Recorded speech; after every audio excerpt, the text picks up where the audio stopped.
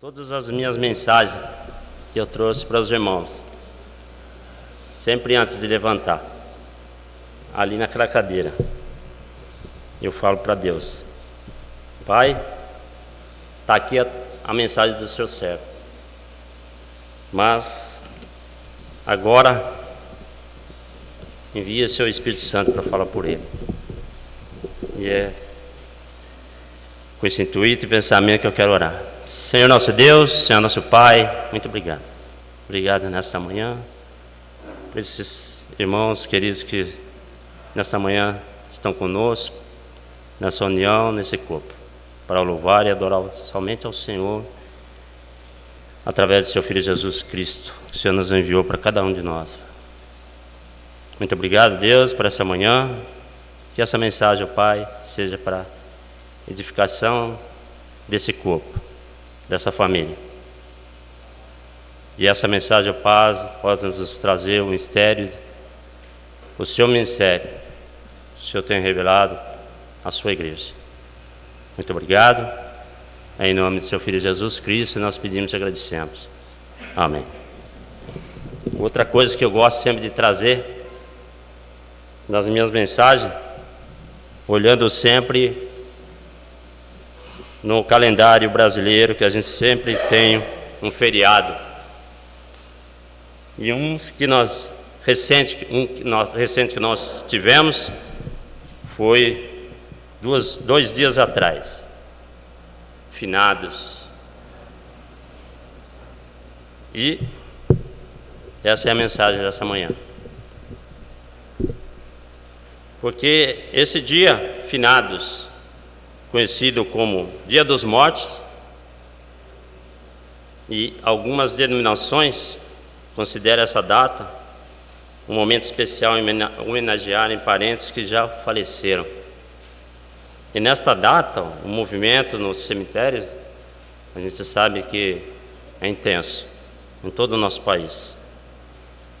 Muitos levam flores, outros aproveitem esse momento para fazer a oração, e outros ainda mais acendem velas para esses familiares. E eu nesta manhã gostaria de perguntar aos irmãos, ou de falar com os irmãos, o que a Bíblia nos ensina sobre esse ato de oração aos nossos queridos falecidos. E a primeira leitura que eu gostaria de fazer com os nossos irmãos está em Eclesiastes, capítulo 9, quem quiser me acompanhar. Eclesiastes, capítulo 9, versículo de 3 a 5. Eclesiastes 9, 3 a 5. Sabemos que esse livro foi escrito pelo Salomão, filho de Davi, um homem bem-sucedido financeiramente, uma inteligência suprema que Deus tem colocado na vida desse homem. E lá em Eclesiastes 9, versículo 3 a 5, ele diz: Este é o mal que há em tudo quanto se faz debaixo do sol. A todos sucede o mesmo, também o coração dos homens está cheio de maldade. Nele há desvários enquanto vive, depois rumo aos mortos. Para aquele que está entre os vivos, há esperança, porque mais vale um cão vivo do que um leão morto. Porque os vivos sabem que hão de morrer, mas os mortos não sabem coisa nenhuma. Nem tampouco terá eles recompensa, porque a sua memória já no esquecimento. O versículo de Eclesiastes me ensina, a mim, Laércio, que nenhuma mudança na condição espiritual pode ser feita após a minha morte. Com esse conceito, entendo também que minha oração não tem nenhuma influência sobre um ente meu querido que já faleceu. Hebreus 9, se os irmãos quiserem também me acompanhar, Hebreus 9, versículo 27. Hebreus 9, 27. Diz a seguinte palavra: e assim como aos homens está ordenado morrer uma só vez, vindo depois disso somente o quê? O juízo. A realidade é que no momento da morte, o destino eterno daquela alma já está confirmado. A pessoa que morreu não pode tirar nem acrescentar mais nada no seu destino traçado. Esse corpo morto agora pode estar salvo pela sua fé em Cristo, estando num lugar, eu coloquei no vídeo, acho que os irmãos esqueceram de me colocar o vídeo, mas que vale, que todos nós conhecemos já esse local, através, até no estudo a gente já fez a colocação onde o corpo nesse momento se descansa. Hades, Allen, paraíso, ou seja, de Abraão, seja qual seja a palavra, tá? Mas essa alma está na presença de bons, ou esta alma está no local conhecido como área de tormento, ou mais conhecido, Tártaro, esperando o julgamento na volta de Jesus Cristo. Qual é a certeza que nos revela esse conhecimento na Bíblia? Vamos ler junto. Lucas 16, versículo 19 até 31. Lucas, capítulo 16. 19 a 21. Diz a seguinte palavra: ora, havia certo homem rico que se vestia de púrpura e de linho finíssimo, e que todos os dias se regalava esplendidamente. Havia também certo mendigo chamado Lázaro, coberto de chagas, que jazia à porta daquele, e desejava alimentar-se das migalhas que caíam da mesa do rico, e até os cães vinham lamber-lhes as úlceras. Aconteceu morrer o mendigo e ser levado pelos anjos para o seio de Abraão. Morreu também o rico e foi sepultado. No inferno, estando em tormentos, levantou os olhos e viu ao longe a Abraão e a Lázaro no seu seio. Então, clamando, disse: Pai Abraão, tem misericórdia de mim, e manda a Lázaro que molhe em água a ponta do dedo e me refresque a língua, porque estou atormentado nesta chama.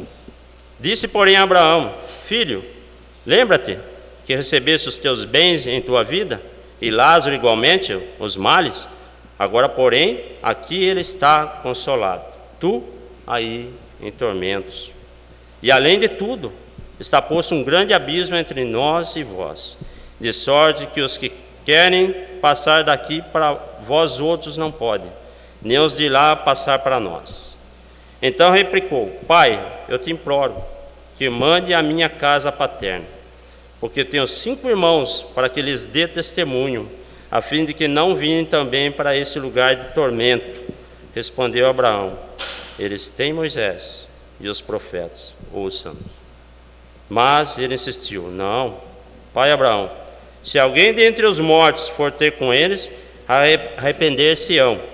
Abraão, porém, lhe respondeu: se não ouvem a Moisés e aos profetas, tampouco se deixarão persuadir, ainda que ressuscite alguém dentre os mortos.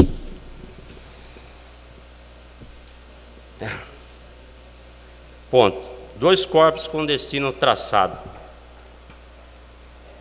De um lado, podemos chamar de paraíso, ou seio de Abraão. De outro lado, tormento. O que está em tormento pode avistar o que está no paraíso. A desigualdade desse mundo, quando estava em vida, agora marcou o destino desses 2 homens, agora na morte. O primeiro era rico, como diz a Bíblia, que ele tinha do bom, do melhor financeiramente. E o segundo era pobre e miserável, como um rato de esgoto que não tinha nem como se alimentar. O primeiro, quando em vida, regalava-se sem prestar atenção em Deus, que era o abençoador. e no seu próximo, que estava sempre comendo as migalhas que sobrava da sua mesa. O segundo, pobre, mas sempre observado pelo Espírito Santo e os anjos de Deus no sofrimento que ele sofreu no mundo. E eu gostaria de compartilhar com os irmãos duas confirmações para essa manhã. Primeira confirmação: os mortos não podem interceder pelos vivos. Podemos observar no versículo 27 de Lucas 16, que embora o homem rico tivesse pensado nisto, mas agora ele não pode fazer mais nada. Segunda confirmação: os vivos não podem interceder pelos mortos. A situação agora é definitiva. O grande abismo impede qualquer mudança ou contato com esses que agora estão separados desse mundo. Minha pergunta: então por que orar por essas almas? Qual é a esperança dessas pessoas? Se Jesus estivesse no meio dessas pessoas, qual seria a advertência de Jesus para esse ato? Lucas 9. Talvez Jesus nos trouxe já uma confirmação. Talvez Jesus também, nessa advertência, adverte a cada um de nós essa manhã. Lucas 9, versículos 57 a 60. Lucas 9, 57 a 60. Indo ele caminho fora, alguém lhe disse: seguir-te-ei para onde quer que fores. Mas Jesus lhe respondeu: as raposas têm seus covis, e as aves do céu ninhos, mas o Filho do Homem não tem onde reclinar a cabeça. A outro disse Jesus: segue-me. Ele, porém, respondeu: permite-me primeiro sepultar meu pai. Mas Jesus insistiu: deixa aos mortos ou sepultar os seus próprios mortos. Tu, porém, vai e prega o Evangelho. Outro lhe disse: seguir-te-ei, Senhor, mas deixa-me primeiro despedir de casa. Mas Jesus lhe replicou: ninguém, tendo posto a mão no arado, olha para trás e é apto para o reino de Deus. Parece um pouco imprudente nessas passagens, mas eu imagino que o ponto de vista de Jesus nesse versículo é: o discipulado precisa ocupar tempo no seu coração com Deus. Amém? Esse é o ponto. Jesus não estava proibindo aqueles homens do cuidado dos seus familiares, mas ele queria salientar a importância do discipulado em conhecer o seu compromisso com a obra de Deus e a importância da sua salvação individual. João 8:32 diz: e conhecereis a verdade, e a verdade vos libertará. Falta compromisso, falta conhecimento. Qual é o conhecimento? 3 razões pelo qual eu acho que as pessoas oram por parentes falecidos. Primeira, elas não ainda conhecem o mistério de Deus revelado após a morte. Depois da morte, não vamos mudar nosso destino. Doutrinas pregadas como purgatório e reencarnação, essa talvez seja a resposta pelo qual muitas crenças frequentam cemitérios nessa data.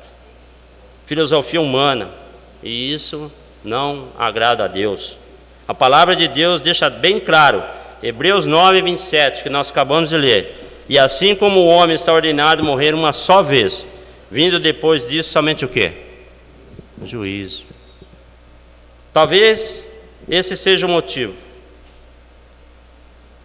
pelo qual também Jesus advertiu aqueles homens: deixa os mortos sepultar os seus próprios mortos, deixa aquela alma descansar em paz, ela já cumpriu o seu destino, ela já buscou ou teve o tempo para a sua salvação. Agora você procure se preocupar com a sua salvação individual. Talvez a aquele parente que está aguardando a volta de Jesus esteja numa situação bem mais confortável do que a nossa. Efésios 2:8 diz a seguinte palavra: pois vocês são salvos pela graça por meio da fé, e isso não vem de vocês, é dom de Deus, não por obras, para que ninguém se glorie. Esse não é um momento para se gloriar. Esse é o momento de realmente você entender o mistério e o compromisso que você tem com Deus. Observe que a diferença está ali em Lucas 16, versículo 25, está na atitude de duas pessoas com Deus, nas suas escolhas. Não se trata de situações econômicas, mas de decidir durante esta vida submeter ou não à vontade de Deus. Uma observação na conversa do rico, podemos observar 25. Ele pede misericórdia a Abraão para mandar a Lázaro molhar o dedo com água para refrescar sua língua. Por quê? Porque estava em tormento. E Abraão faz uma lembrança a esse rico, dizendo: filho, lembra que recebeste os seus bens em tua vida? E Lázaro igualmente os males. Agora, porém, aqui ele está o quê? Em consolo. E tu aí em tormento. Essa passagem, mais uma vez, deixa claro para mim: se eu tenho que fazer alguma coisa por alguém, eu tenho que fazer enquanto a minha alma está no meu corpo. Depois disso, irmãos, não vai resolver nada as minhas lágrimas e orações, onde quer que eu esteja. Esse corpo, uma hora ou outra, vai voltar ao pó, e minha alma vai voltar para Deus. Eclesiastes 12:7 diz: e o pó volte à terra como era, e o espírito volte a Deus que o deu. 2 Coríntios também 5, quiser me acompanhar nessa leitura, 2 Coríntios 5, versículo 9 e 10. 2 Coríntios capítulo 5, versículo 9 e 10. E por isso que também nos esforçamos, quer presente, quer ausente, para lhes sermos agradáveis.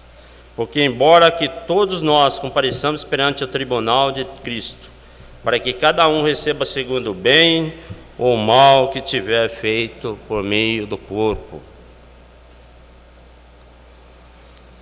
Terceira razão e a última razão que eu vejo: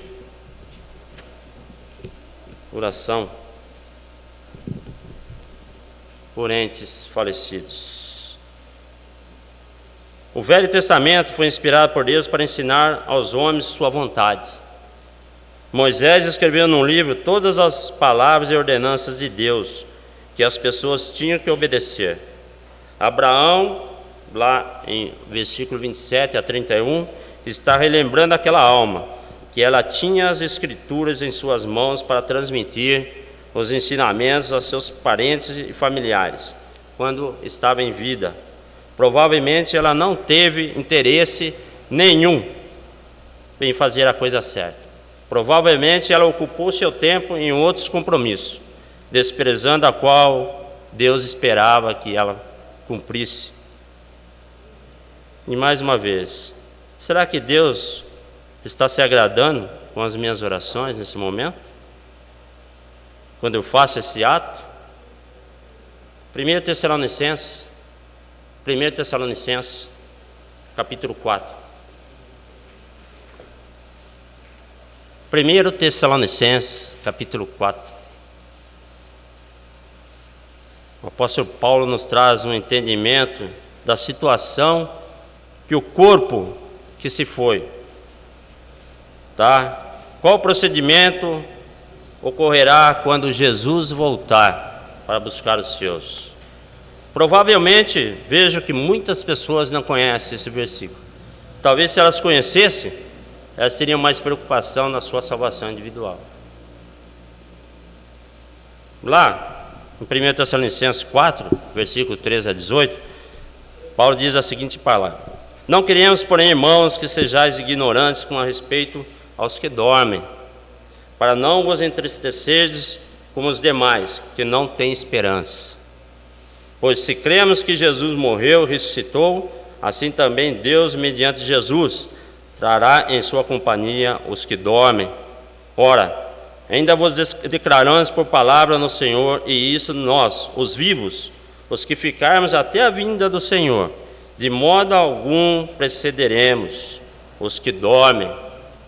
Portanto, o Senhor mesmo, dada a sua palavra de ordem, ouvida a voz do arcanjo e ressoada a trombeta de Deus, descerá dos céus, e os mortos em Cristo ressuscitarão primeiro.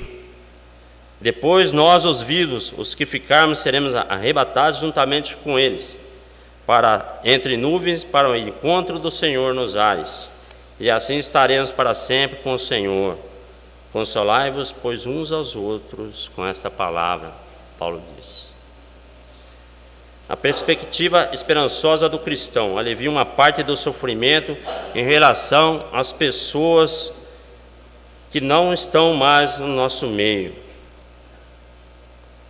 Os nossos queridos, fiéis irmãos falecidos em Cristo.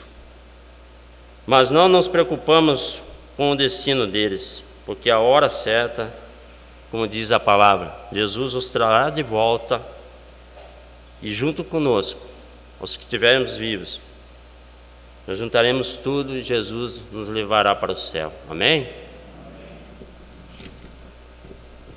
E para concluir, quero dizer a seguinte palavra: Abraão fez tudo o que Deus ordenou a ele fazer para a salvação do homem. Ele cumpriu o seu dever e salvou muitas almas do pecado.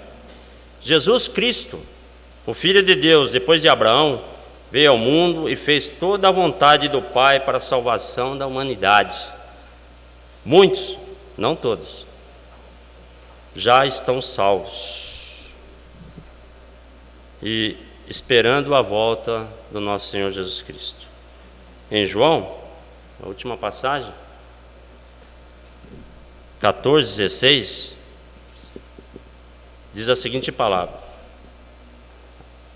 a palavra de Jesus Cristo, o próprio Jesus dizendo: eu sou o caminho, eu sou a verdade, eu sou e a vida. Ninguém vem ao Pai se não for por mim. Deus não vai mandar pessoas do além para nos guiar e nem nos enviar para eles. Mesmo se eu fizer, não vamos poder ajudar uns aos outros, que não seja mais dessa vida. Jesus é o caminho e a sua palavra é a verdade, revelada para nos libertar das nossas angústias, das nossas aflições e da nossa falta de esperança nesse universo. Por isso, irmãos, tenhamos nossas mentes fixadas nele enquanto estamos aqui. Quanto ao demais, depois que partirmos, a única coisa que vamos deixar para trás vai ser as nossas lembranças nos corações das pessoas que estimavam nossa presença nesse universo. Essa é a mensagem que eu gostaria de deixar com os irmãos. Que Deus, o Pai nosso Senhor Jesus Cristo, seja sempre louvado. Amém.